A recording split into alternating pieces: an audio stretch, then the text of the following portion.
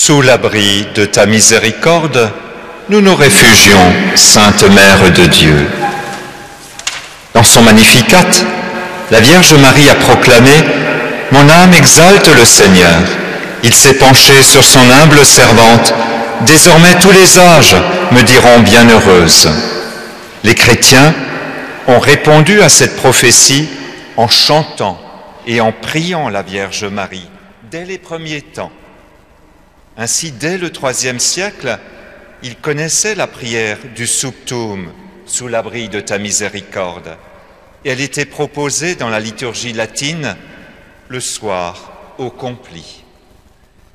La prière de la Vierge Marie garde les chrétiens et toute l'Église dans la foi en Dieu plein de miséricorde, mais aussi dans la fidélité à la mission que le Christ lui a confiée. Saint Louis-Marie Grignon de Montfort le résume en cette belle formule. Marie est l'écho admirable de Dieu qui ne répond que Dieu lorsqu'on lui crie Marie. Marie est l'écho admirable de Dieu qui ne répond que Dieu lorsqu'on lui crie Marie. Ainsi, mon premier point sur cette prière à Marie dans ma vie, dans la vie des chrétiens, c'est de me dire que la prière, et particulièrement cette prière à Marie, me donne accès à la paix intérieure. C'est vrai, quand nous prions la Vierge Marie, nous faisons très vite l'expérience de cette paix intérieure. Mais c'est la grâce de toute prière. Cette prière qui nous met en présence de Dieu qui nous a créés et sauvés par amour. Dieu désire entrer en lien avec nous, devenir l'ami sur le chemin de notre vie. Ainsi, et chose extraordinaire, Dieu lui-même nous donne des mots pour lui répondre. N'oublions pas qu'une grande partie de l'Écriture sainte est composée de prières. Pensons aux psaumes, mais aussi aux nombreux cantiques qui rythment les récits. Dieu non seulement nous donne des paroles, des mots, mais aussi son esprit, l'Esprit Saint qui agit mystérieusement dans nos vies et qui nous fait prier. Nous connaissons cette affirmation de saint Paul, « L'Esprit vient au secours de notre faiblesse, car nous ne savons que demander pour prier comme il faut. » Ainsi, pas étonnant qu'un des fruits de la prière soit la paix intérieure. Et l'Annonciation, le récit de l'Annonciation nous en donne un admirable exemple et témoignage. L'ange Gabriel vient dans le silence d'une pauvre maison de Nazareth et Marie entre en dialogue en s'appuyant sur la parole de Dieu. Et dès le consentement de Marie à devenir la mère du Messie, l'ange se retire dans un climat de paix et d'intériorité. À l'Annonciation, il n'y a rien de spectaculaire. Les médias à sensation auraient été déçus. L'événement le plus important de l'histoire, l'incarnation du Fils de Dieu, s'est réalisé dans un climat d'intériorité et de prière. Le théologien protestant Karl Barth n'hésitait pas à écrire dans son commentaire de l'Annonciation, et je cite, « Tous les anges et tous les cieux ne regardent maintenant que ce lieu où il y a Marie, cette jeune fille, à qui cependant rien n'est arrivé que ce simple regard de Dieu jeté sur sa bassesse. Ce court instant est plein d'éternité toujours nouvelle. Il n'y a rien de plus grand dans le ciel et sur la terre. Si jamais dans l'histoire universelle, quelque chose de capital s'est passé, c'est bien ce regard. Si la prière à Marie me donne accès à la paix du cœur, elle fortifie également ma foi au Christ. C'est d'ailleurs un critère de la prière à Marie. Est-ce que ma foi, mon amour de Jésus est fortifié, grandi? Normalement, en priant la Vierge Marie, nous faisons cette expérience non seulement d'une paix intérieure, mais d'une confiance renouvelée en Dieu et d'une écoute plus sereine du prochain. C'est la grâce des pèlerinages. Même si toutes nos demandes n'ont pas été exaucées pendant un pèlerinage, nous revenons toujours enrichis d'une expérience de vie fraternelle et fortifiés dans notre foi en la proximité en Dieu. C'est bien pour cela que le pèlerinage à Lourdes et d'autres pèlerinages nous manquent un peu. Mais nous sommes ici, dans ce beau pèlerinage de Notre-Dame du Saint-Cordon. Ainsi, en méditant la vie de Marie, de sa conception à son assomption dans le ciel, nous affermissons notre foi en Jésus. D'ailleurs, les dogmes, les définitions de foi qui concernent Marie sont toujours là pour approfondir notre foi en Jésus. Quand nous reconnaissons Marie comme l'Immaculée Conception, nous affirmons que le Christ l'a sauvée et peut nous sauver en nous préservant du péché originel, en nous libérant du péché originel. Quand nous la prions comme la Mère de Dieu, nous proclamons naturellement que Jésus est bien vrai Dieu et vrai homme, une seule personne en deux natures. Et quand nous faisons précéder le nom de Marie par Vierge, Vierge Marie, nous reconnaissons que Jésus est bien le Fils unique du Père, engendré du Saint-Esprit.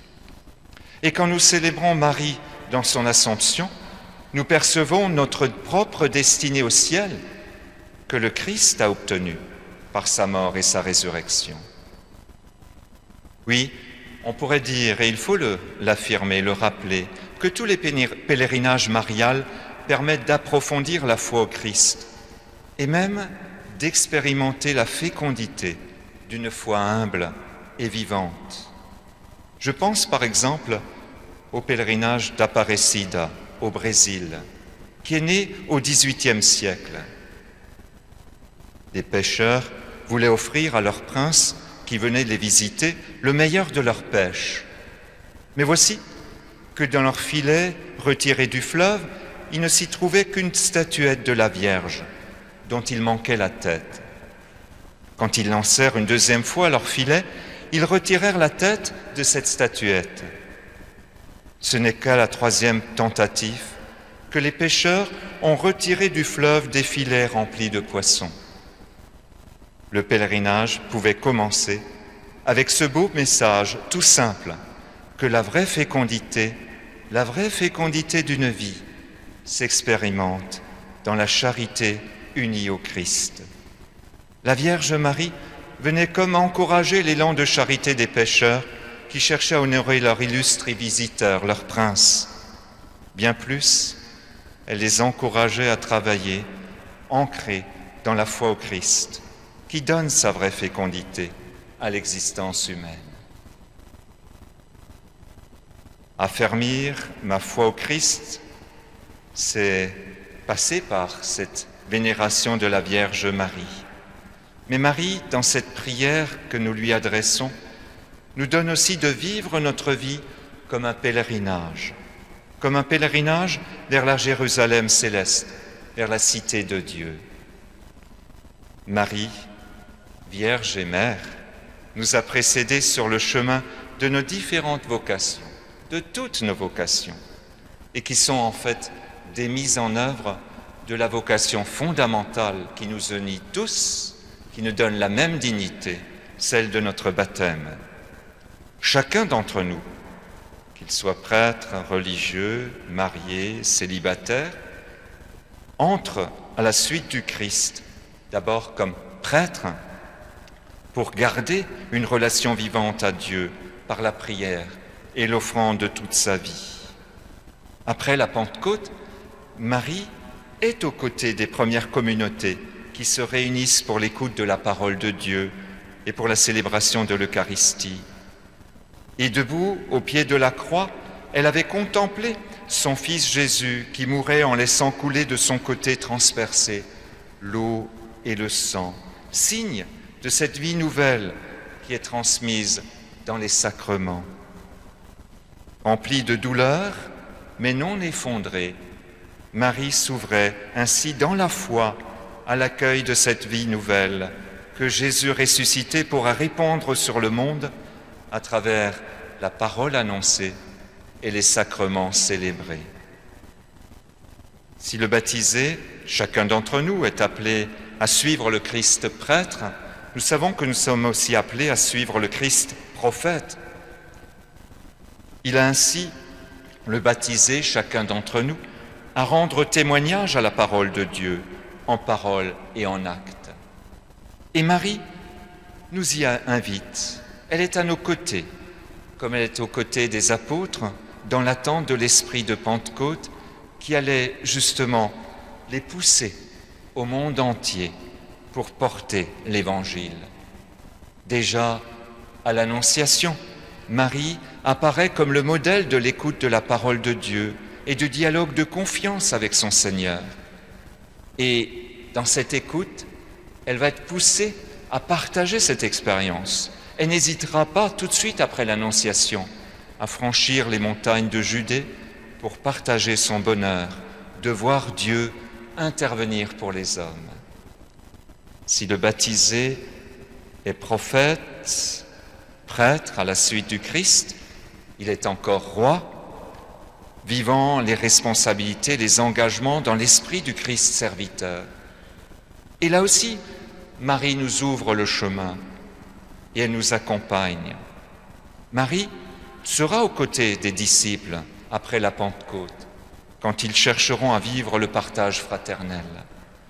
N'avait-elle pas aussi gardé constamment le souci des autres durant la vie terrestre de Jésus, comme en témoigne admirablement le récit des noces de Cana? Là aussi, les pèlerinages sont là pour nous y induire, pour nous y conduire au renouvellement de nos missions, pour être pèlerins sur cette terre. Je pense à ce pèlerinage de Lavang au Vietnam. En 1798, la Vierge s'était manifestée dans cette région de Lavang, en pleine forêt, là où des chrétiens avaient trouvé refuge pour fuir les persécutions. Malgré l'extrême dénuement et la peur, ils avaient l'habitude de se retrouver chaque soir pour prier le chapelet. La Vierge Marie, vêtue de blanc, tenant l'enfant Jésus dans ses bras, était apparue à l'ensemble de la communauté en prière. Elle les encourageait à persévérer dans cette prière, promettant protection et paix. Durant les années et le siècle qui suivait, les persécutions n'étaient pas épargnées. Mais Notre-Dame de Lavang offrait courage aux martyrs et espérance à l'ensemble de l'Église au Vietnam. En témoigne la canonisation des 117 martyrs par le pape Jean-Paul II en 1988. En témoigne aussi l'étonnante vitalité des communautés chrétiennes aujourd'hui au Vietnam. C'est un des pays au monde où il y a le plus de vocations sacerdotales et religieuses. Marie, non seulement montre le chemin vers la Jérusalem céleste, nous fait pèlerins sur cette terre, mais elle nous garde dans l'espérance du ciel. Je crois que c'est un des titres, une des prières les plus belles et les plus anciennes, avec ce titre justement de Stella Maris, étoile de la mer, étoile de l'espérance.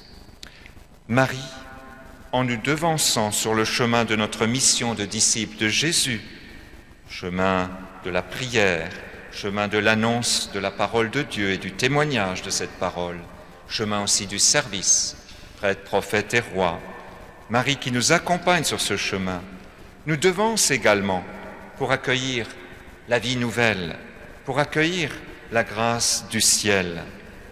La fête de l'Assomption est une des fêtes mariales les plus anciennes qui remonte au 5e siècle à Jérusalem. Le pape Pie XII, en proclamant le dogme de l'Assomption, résume en fait cette longue tradition par cette affirmation. Au terme de sa vie, l'Immaculée, Mère de Dieu, Marie toujours vierge, a été prise au ciel corps et âme, dans la gloire céleste. Ce dogme nous date de la Toussaint, 1er novembre 1950, mais rejoint donc cette grande tradition et cette fête des plus anciennes qui nous parle et nous fait célébrer Marie dans son Assomption. L'Ancien Testament avait déjà mentionné que Dieu avait accueilli au ciel, pris avec lui, selon l'expression de la Bible, par exemple le patriarche Enoch, mais aussi le prophète Élie sur son char de feu. S'appuyant sur ces destinées de Enoch, le patriarche, du prophète Élie, le psalmiste aussi partage l'espérance de la rétribution du juste après sa mort. Il dit « Tu me prendras dans la gloire », par exemple dans le psaume 49 ou 73. Et le pape Pie XII parle de Marie comme celle qui a été prise par Dieu au ciel. Et il ajoute simplement « corps et âme ». C'est intégralement que Marie a rejoint le Christ et pour toujours. Le corps de l'Immaculée, préservé de tout péché, dont l'Esprit a intégralement préservé la virginité, ne pouvait donc jamais rester prisonnier des liens de la mort. Oui, Marie est la première d'entre nous à accueillir pleinement les fruits de la mort et de la résurrection du Christ. Elle nous tourne vers cette espérance du ciel. Ce n'est donc qu'avec Marie, cette espérance n'est plus un vague espoir, n'est plus une idée qu'on pourrait se faire du ciel, mais cette espérance du ciel trouve en Marie un point d'appui et un soutien efficace. Marie, désormais, peut exercer une maternité concrète à l'égard de tout homme. Elle peut nous conduire et nous aider à grandir dans cette espérance. Si Jésus en croix a établi Marie mère des disciples et de tous les hommes, et si l'esprit de la Pentecôte l'a consacrée dans cette mission, il a non seulement envoyé les apôtres, mais d'une manière aussi Marie pour être réellement la mère de l'humanité, le jour de la Pentecôte. Mais avec l'Assomption, il y a une nouvelle étape qui est franchie pour la maternité de Marie. Marie devient ainsi une mère consciente, une mère qui exerce sa maternité d'une manière directe, réelle, non plus dans un contexte lié à la foi. Elle devient, cette maternité de Marie, individuelle, personnelle. Au ciel, Marie connaît chaque homme en Dieu. Elle les connaît dans la vision bienheureuse. Par son Assomption, corps et âme, Marie garde à notre égard une connaturalité physique, un lien affectif dont les autres saints n'ont pas encore cette possibilité-là. Ils ne sont pas encore auprès de Dieu avec leur corps glorifié. Marie, oui. Et ainsi, elle est aux côtés des saints avec une place toute particulière. Élevée corps et âme au ciel, la Vierge participe d'une manière particulière, réelle, à la royauté du Christ. Vous voyez, dans les mystères glorieux, les deux derniers, nous parlons de l'Assomption et de la royauté de Marie reine. C'est lié les deux. Et ça nous fait entrer dans une manière très concrète de l'espérance chrétienne. Dans le récit qui nous est donné d'entendre le jour du Saint-Cordon, mais aussi à l'Assomption, ce signe qui nous est donné de méditer, qui nous est tiré du livre de l'Apocalypse, et je vous le rappelle, en Apocalypse 12, à propos de la Vierge Marie, on nous dit un signe grandiose apparut dans le ciel, une femme ayant le soleil pour manteau, la lune sous les pieds, et sur la tête une couronne de 12 étoiles. Nous pouvons ainsi appeler la Vierge Marie aussi Reine du ciel, parce qu'elle est notre mère. reine du ciel et de la terre, parce qu'elle est unie pleinement, parfaitement à la royauté de Jésus. Cette royauté qui est loin de ce que nous pouvons imaginer naturellement, loin des paillettes, loin du pouvoir. La royauté du Christ est celle de la croix, celle qui est tissée de pauvreté et d'humilité. Mais c'est cette royauté-là qui a vaincu. C'est cette royauté-là qui a vaincu le mal et toute mort.